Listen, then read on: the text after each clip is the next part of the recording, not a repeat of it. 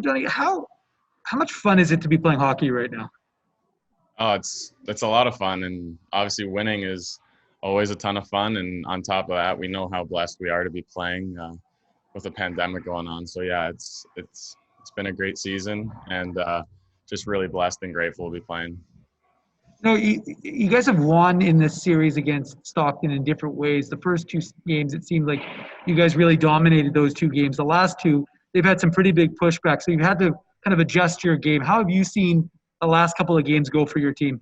Yeah, obviously we kind of had our way with them the first couple games, but I mean they're a good hockey team too, so they're going to make adjustments. That's exactly what they did. So they're trying to counter some of the things that we're kind of game planning for, and I mean, hats off to them. It's been working, and that's why we got such competitive games. And it's nice. We've kind of we are a young team, and then kind of throughout the year, we've built ourselves an identity. And now I think, among goal games like that at the end, we know who we are, and we're confident we can come away with a win. Well, you're a steady presence on that back end for Pascal Vincent, but now you're creating a little bit of an offensive flair for yourself. What did you see on your goal? Um, I knew it was a turnover coming from them, so anytime that happens, they're going to be a little out of position. So that's why I tried to get the puck to the net quick. There was kind of bodies flying around, and I was lucky enough to find a hole.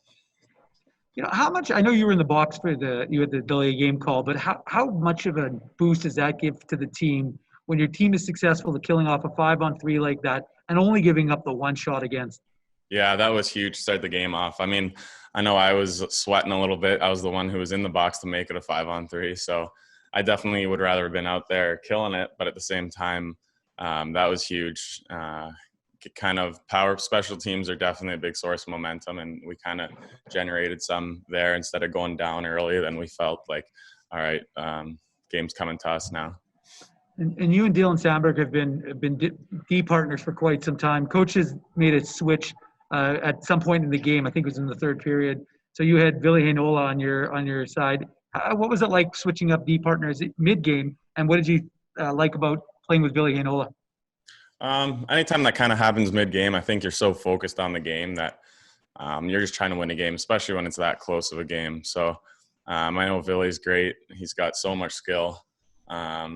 So when that happens, I try and get him the puck, let him make his plays, and be a steady presence for him. And I think that's exactly what I did. But it's fun to play with both those guys. They're both great players. They can both move, and it's fun. We have the puck. I feel like a lot of time when I'm playing with them, so that's a good thing. Johnny, it's such an unusual season. We've talked about that before, but I mean, I was looking at it today. This is the 16th game out of your 17-game homestand. I mean, does it feel like unusual to be playing that, or are you just so focused on playing that you're just kind of forgetting all that other stuff?